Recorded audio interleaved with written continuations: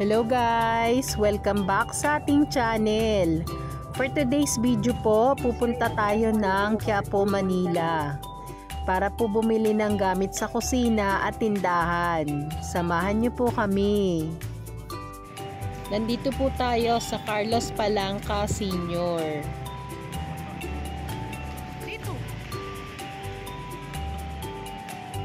Nandito po tayo sa Comcom Food Service. Bali po yung mga kahilira po nito, puro po ganito yung kanilang mga paninda. Meron din pong mga oven, mga panggiling ng bigas, ganun po.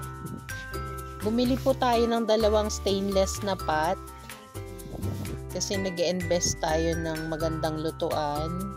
Bumili rin po tayo ng high pressure cooker na stainless kasi may order po tayong mga pangkare-kare. Wala kasi tayong palambutan ng ating mga ox tripe at beef. Hindi ko lang po na video kung saan ko po siya binili, pero sa linya lang din itong Palanca Street. Bawal daw kasi mag-video.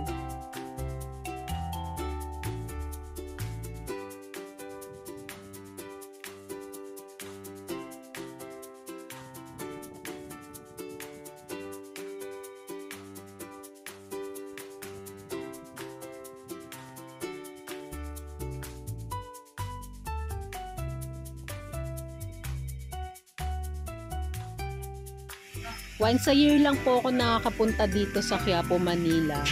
Kaya mini-make sure ko po yung bibilin ko is magagamit ko po talaga sa kusina or sa tindahan.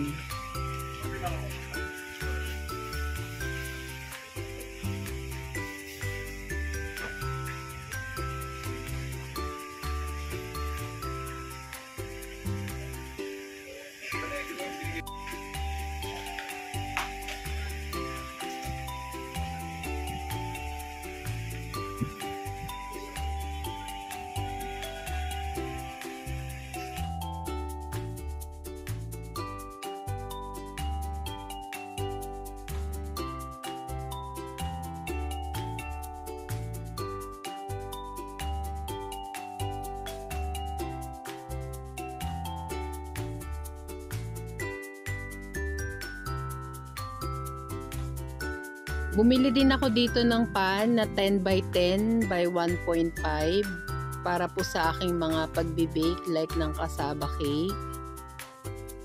Dito rin po ako sa kanila bumili ng timbangan na parang 2 years na yun ago.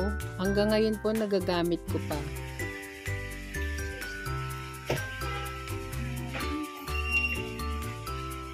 Sige po, sukatan. Wala mong beige yan. Yung ganun kulay, oh. Wala. Ayan po, nagdagdag din ako ng 2 food tray para po sa palitaw at din sa suman na ginagawa ni Mama.